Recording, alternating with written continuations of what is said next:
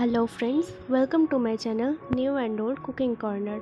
আমার চ্যানেলের আরেকটি ভিডিওতে আপনাদের সকলকে আরও একবার স্বাগত জানাই।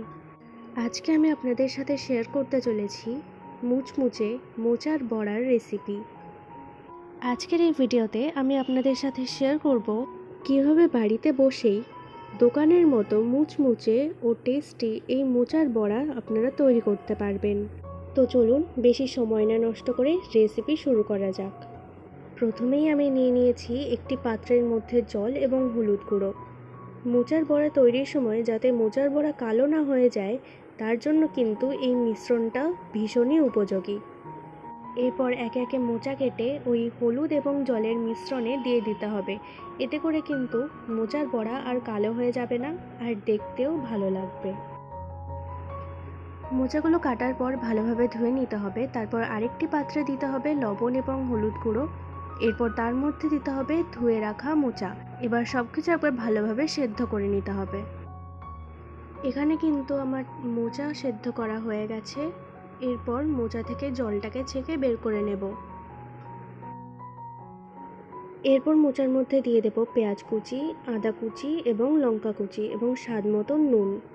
সব কিছু ভালোভাবে মিশিয়ে নিয়ে দিয়ে দেব বেসন।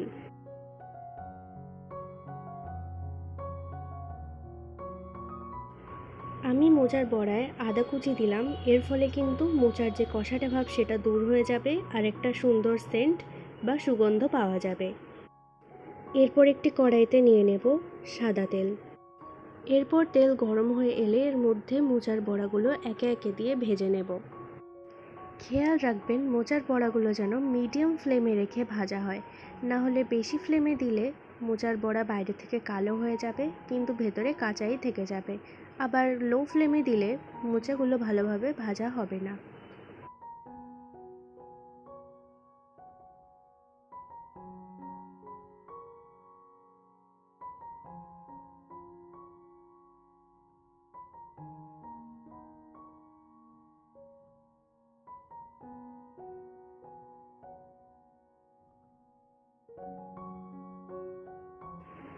এখন কিন্তু মোচার বড়া রেডি হয়ে গেছে, তাই আমি তেল থেকে তুলে নিলাম। এরপর একইভাবে বাকিগুলোকেও ভেজে নিতে হবে।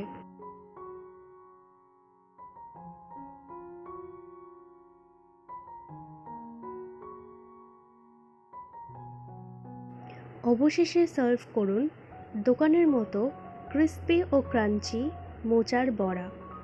আজকের এই ভিডিওটি আপনাদের কেমন লাগলো কমেন্ট করে জানাতে ভুলবেন না।